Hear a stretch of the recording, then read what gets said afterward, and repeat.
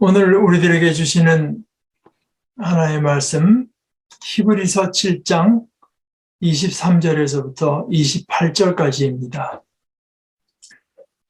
또한 레위 계통의 제사장들은 죽음 때문에 그 직무를 계속할 수 없어서 그 수가 많아졌습니다.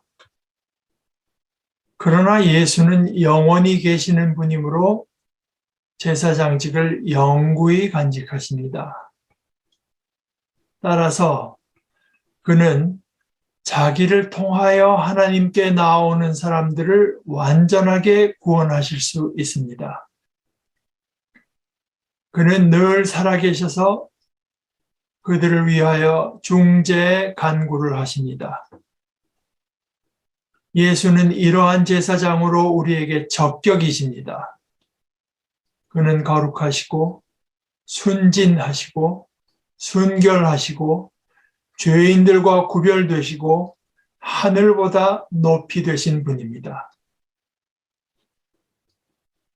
그는 다른 대제사장들처럼 날마다 먼저 자기 죄를 위하여 희생제물을 드리고 그 다음에 백성을 위하여 희생제물을 드릴 필요가 없습니다. 그는 자기 자신을 바치셔서 단 한 번에 이 일을 이루셨기 때문입니다. 사람들에게 약점이 있어도 율법은 어쩔 수 없이 그들을 대제사장으로 세우지만 율법이 생긴 이후에 하나님께서 맹세하신 말씀은 영원히 완전하게 되신 아들을 대제사장으로 세웠습니다. 하나의 말씀입니다. 히브리서 5장 1절을 읽겠습니다. 각 대제사장은 사람들 가운데서 뽑혀서 하나님과 관계되는 일에 임명받습니다. 그리하여 그는 사람들을 위하여 예물과 속죄의 희생 제사를 드립니다. 예수님과 예수님께서 하신 일, 히브리서의 다른 표현대로 하자면 하나님께서 예수님을 통해서 하신 일을 더 잘 이해하기 위해서 히브리서는 구약 성경의 대제사장을 거론합니다.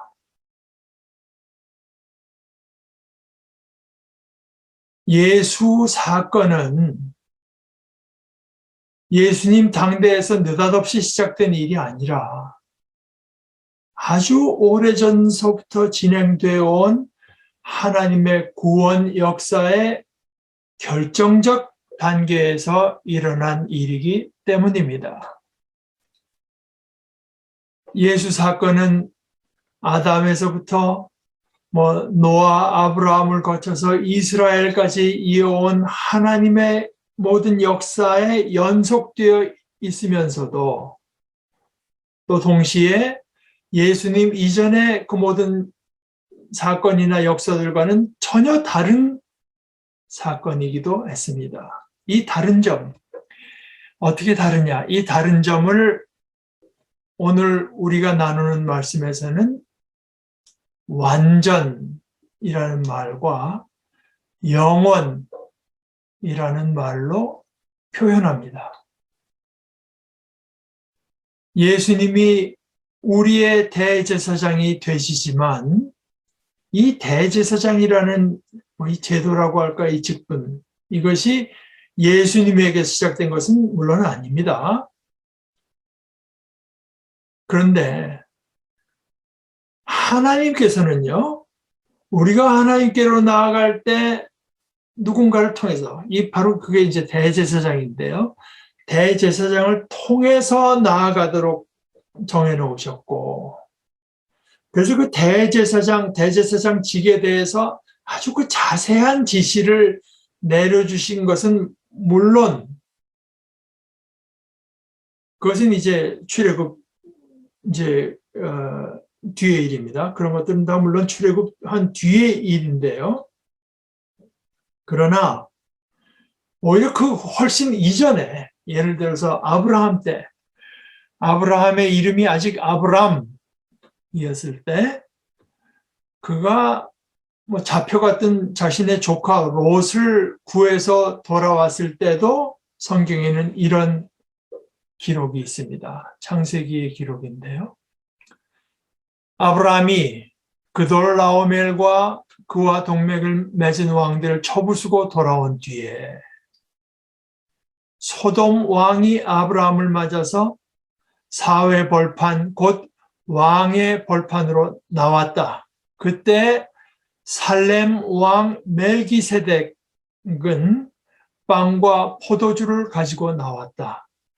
그는 가장 높으신 하나님의 제사장이다. 그는 아브라함에게 복을 빌어주었다. 천지의 주제 가장 높으신 하나님 아브라함에게 복을 내려주십시오. 아브라함은 들으시오. 그대는 원수들을 그대의 손에 넘겨주신 가장 높으신 하나님을 찬양하시오. 아브라함은 가지고 있는 모든 것에서 열의 하나를 멜기세덱에게 주었다. 이것이 창세기의 기록입니다. 그래서 원칙적으로 하나님은 하나님 자신이 지정하신 그 대제사장이 하나님 자신과 우리 사이에 있도록 그렇게 정하셨습니다. 그런데 이 대제사장 자신들이 이게 온전한 존재가 아니라 그들도 우선 그 연약함을 지니고, 여기서 말하는 연약함이라고 하는 것은 인간으로서의 연약함이라기보다 죄의 유혹을 이겨내지 못하는 연약함, 죄를 짓게 되는 연약함. 대제사장들도 죄를 짓거든요. 그것을 말하는 것입니다. 그래서 예를 들어서 이 가톨릭에서 번역한 성경의 경우 레위기 4장 1절에서부터 12절까지의 그 단락의 소제목을요, 단락마다 소제목을 달았는데 그 소제목을 대사제의 속죄 제물이라고 붙였습니다. 4장 3절엔 이런 말이 있는데요. 기름 부음 받은 사제가 죄를 지어 백성도 죄인이 되게 하였으면.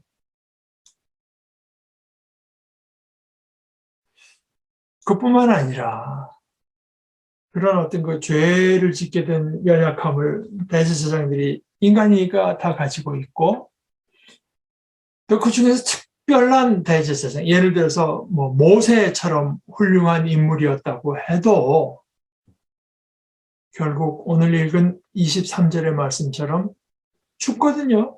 죽음 때문에 더 이상 그 직무를 계속할 수 없어서, 그러다 보니 뭐 계속 바뀌니까 그 수가 많아질 수밖에 없었습니다.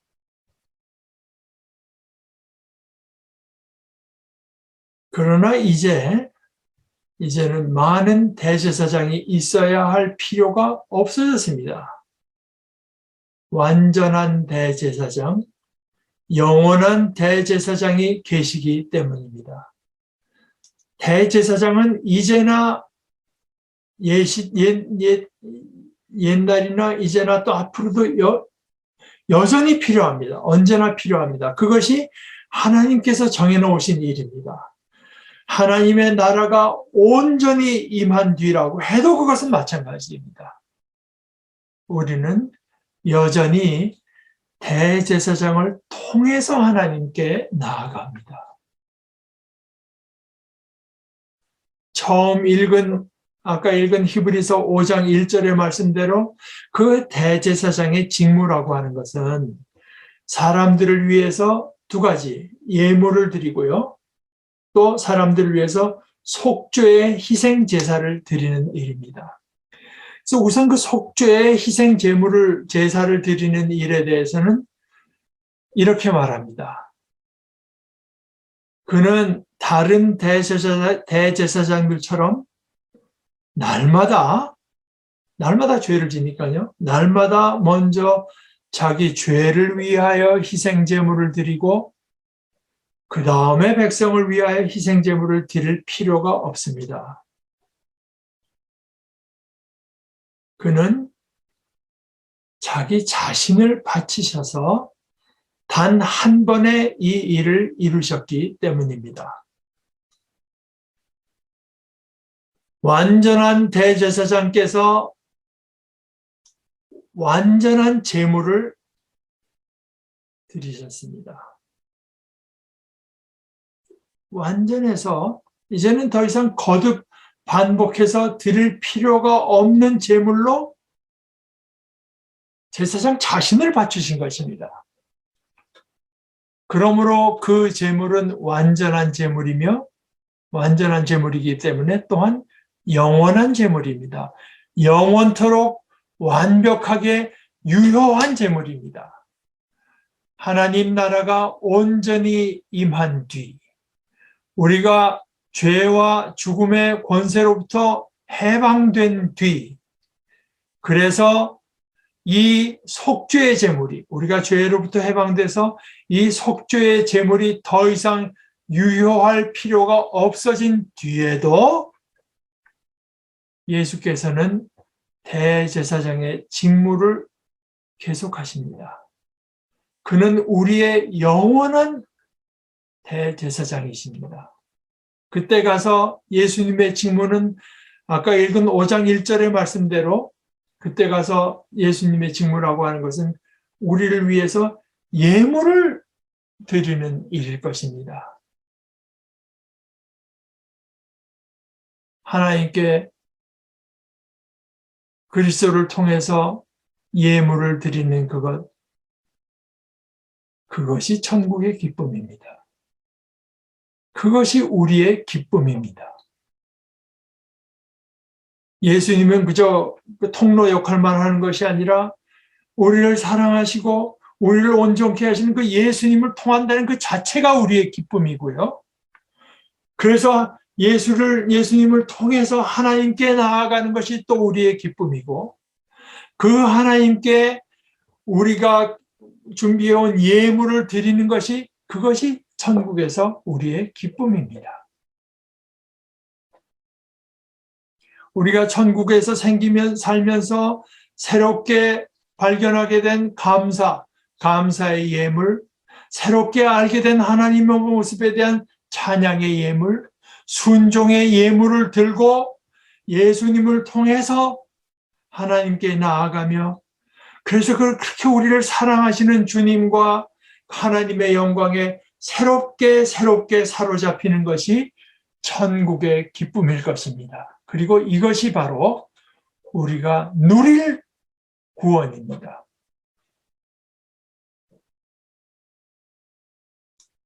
그 우리가 누릴 구원은 영원한 구원입니다. 예수님께서 영원히 살아계셔서 우리를 언제나 여러분 가진 새번역 성경에는 그 언제나라는 말이 또한 완전하게라고 하는 뜻으로도 이제 이해할 수 있다고 해놨을 텐데요. 우리를 언제나 또는 완전하게 구원하실 수 있기 때문이고 주님께서는 늘 살아계셔서 우리를 위하여 빌어주시기 때문입니다. 그런데요, 여기 영원히 사신다고 했는데 그게 무슨 뜻입니까?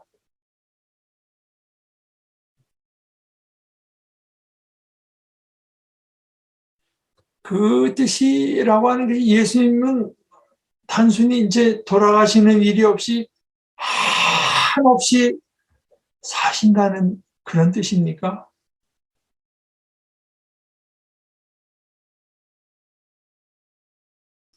우리가 마가복음을 읽다 보면 마가복음은 말하기를 예수님께서 비유가 아니면 말씀하시지 않았다고 하셨는데 사실 어떤 면에서 보면 이 하나님의 일을 사람의 말로 표현하는 사실 그 모든 말이 어떻게 보면 비유라고 할 수 있습니다. 뭐 오늘 말하는 영원이라는 말이 그 대표적인 것이 아닐까 합니다. 사실 우리 인간들은 영원이라고 하는 것을 정확하게 사유할 수가 없습니다. 그것은 우리의 한계를 벗어납니다. 에른스트 예니라는 독일인가 스위스의 구약학자가 한 20여 년 전에 이제 초청을 받아서 한국에 와서 세문안교회에서 강의한 것 중에 그 제목이 이제 구약 성경에 나타난 시간과 영원이라는 제목으로 강의한 게 있는데 그분이 한 말들 가운데에서 몇 가지를 이제 제가 소개할까 합니다. 우선 이런 말을 했습니다. 시간성은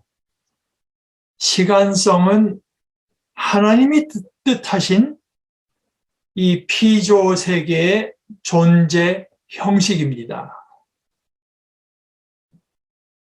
그래서 또 말하기를 영원한 생명, 사람이 영원한 생명, 이것은 피조물인 사람이 애초부터 타고난 것은 아닙니다.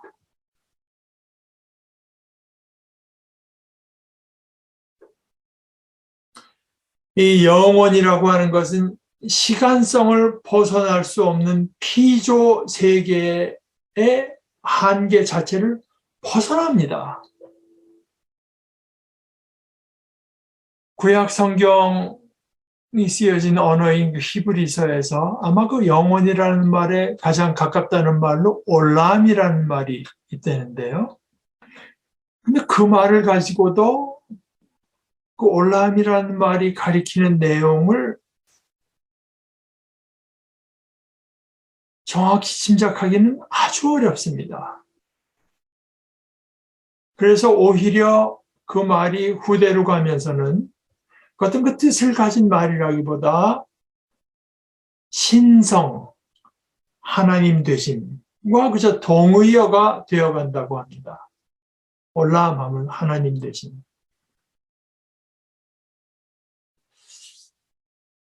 이 영원이라는 말처럼 또 비유일 수밖에 없는 말 또 하나가 이 하늘입니다. 하늘. 바벨탑 이야기에서 하늘까지 닿는 탑을 세우자는 말은 원시인들의 과학 지식이 부족해서가 아니라 이것은 기막힌 비유입니다. 그렇게 이렇게 이야기로 비유해 놓을 때, 하늘까지 닿겠다는 탑을 세우는 것으로 비유해 놓을 때, 우리가 지식을 쌓고 기술을 또 쌓고 쌓아서 하나님의 영역까지 도달해 보겠다는 인간의 태도가 이게 얼마나 어처구니 없는 것인지 가장 멋들어지게 그려집니다.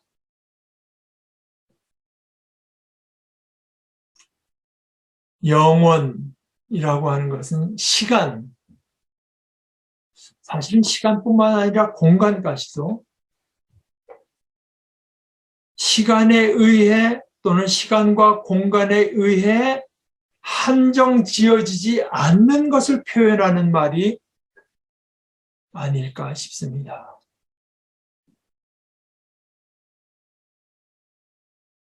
피조 세계, 그 가운데 일부인 우리에게 시간과 공간은 우리를 한정 짓습니다. 우리는 어쩔 수 없이 시간과 공간에 의해 한정되는 존재입니다. 우리는 한 곳에 있으면서 다른 곳에 있을 수가 없습니다. 그래서 뭐 범죄가 벌어졌을 때 등장하는 알리바이라는 말이 바로 그것 아닙니까?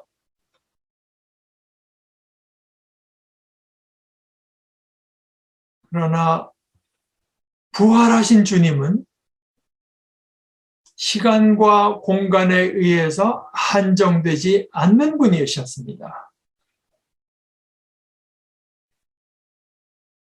제가 신학교에 다닐 때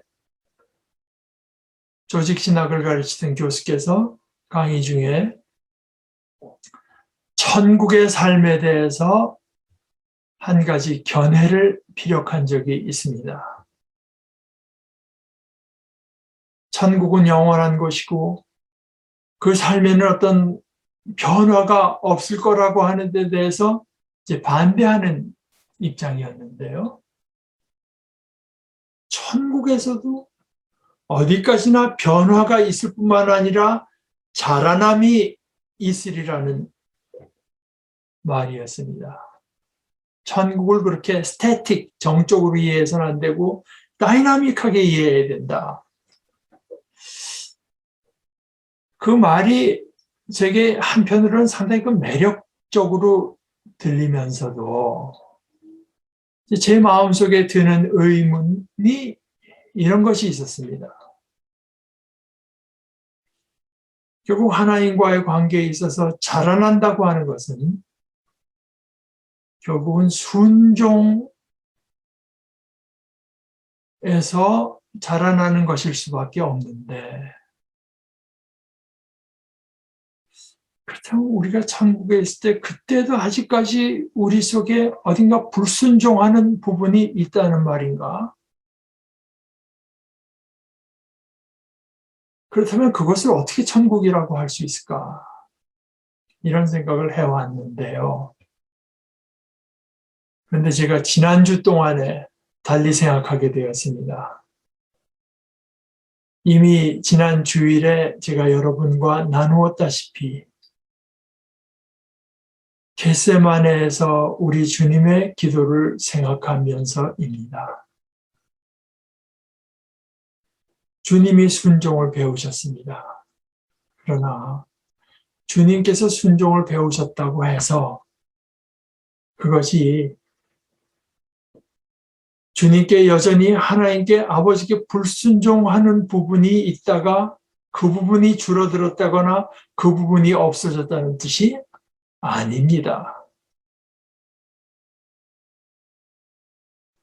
오히려 주님께서 순종하셨기 때문에, 순종하시는 아드님이셨기 때문에만 주님은 온전한 순종을 배우실 수 있으셨습니다. 그 배우심의 시간은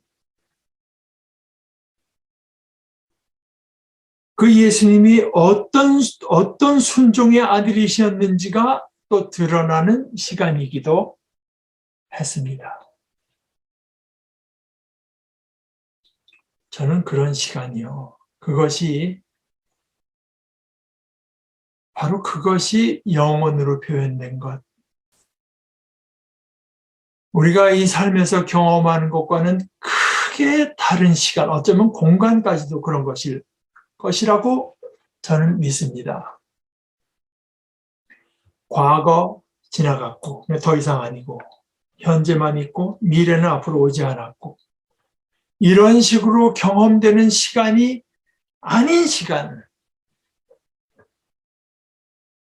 우리가 느끼고 활동하려면 시간이 필요하고 공간이 필요하지 않습니까? 그러면서도 그것이 우리를 한정짓는 조건이 아닌 시간과 공간, 바로 이런 것이 영혼의 내용이 아닐까 싶습니다.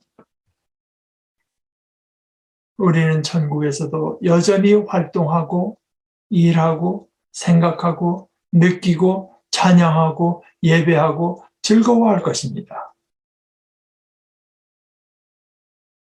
에른스트 예니 교수의 표현들을 몇 가지 더 소개합니다.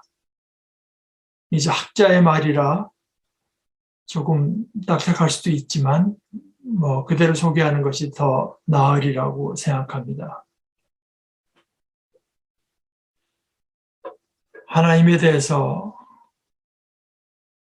표현한 것 가운데 시간의 경계에 얽매이시지 않고, 이것이 이제 구약에 나타난 하나님의 이제 하나님과 그 시간 영혼의 관계에 대한 것이지만 성경 전체에 해당된다고 볼 수 있을 것입니다. 시간의 경계에 얽매이시지 않고 시간을 주시고 시간을 다시 거두시기도 하시는 창조주. 또 시간에 대한 하나님의 주권, 시간에 대해서도 해당되는 하나님의 초월성,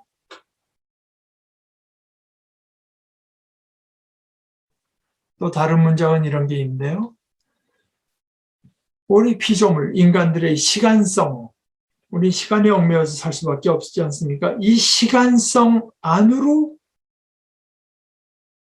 이제 하나님의 계시가 일정한 시점, 곧 하나님이 자유로우신 주권으로 선택하신 시점에 그 하나님의 계시가 이 시간성 안으로 들어옵니다.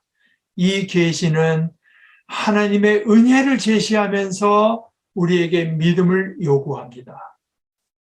이리하여 하나님은 자신의 영원하신 하나님이 자신의 계시를 시간 안에 나타나게 하심으로써 시간성을 지닌 피조물을 진지하게 대하십니다.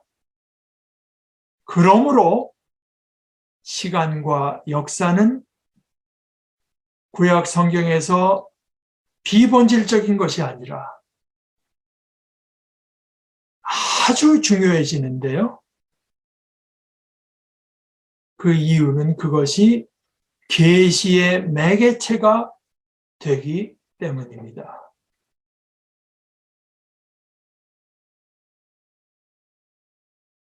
또 다른 문장, 시간은 사람이 하나님에게서 받은 이런 기회를 파악하고 구원을 잃지 않도록 사람에게 주어져 있는 것입니다.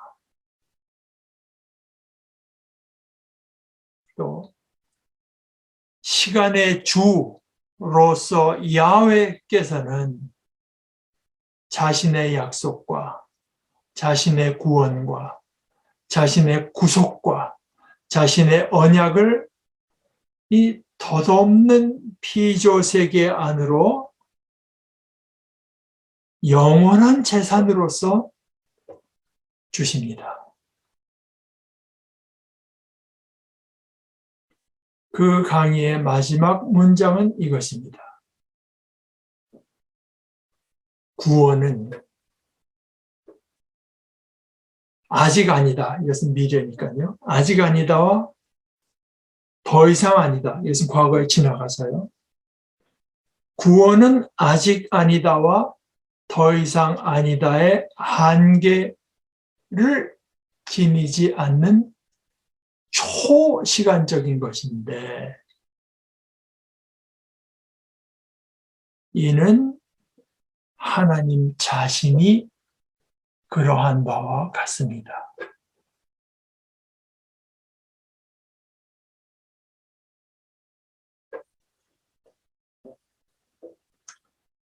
우리는 이렇게 영원한 구원에 대한 소망을 품습니다. 그리고 우리에게 주어진 이 오늘이라는 시간에 이 은혜의 하나님께 믿음으로 응답하면서 우리의 영원한 대제사장께 나아갑니다. 아멘. 우리 함께 기도하십시다. 하나님, 우리 아버지, 참으로 덧없어 배는 저희들의 삶입니다. 이제 눈 한 번 깜빡이는 것 같은 짧은 시간 속에서 극히 한정된 공간 안에서 지내다가 존재하는 듯 많은 듯 쉽게 존재하다 소멸되는 듯한 존재들이지만 아버지께서는 저희들에게 영원한 대제사장을 주셔서 그 대제사장을 통해서 저희들로부터 영광과 찬양을 받으시기를 택하신 것을 감사합니다. 저희들의 모든 생각과 이해와 상상과 바람을 넘어서는 이 하나님의 깊으신 진리 앞에 우리는 믿음으로 서게 하시고 하나님께서 주시는 이 놀라운 구원을 믿음으로 받아 누리며 또한 그것으로 아버지를 기쁘시게 하는 자들이 되게 하여 주시옵소서. 예수님의 이름으로 기도합니다.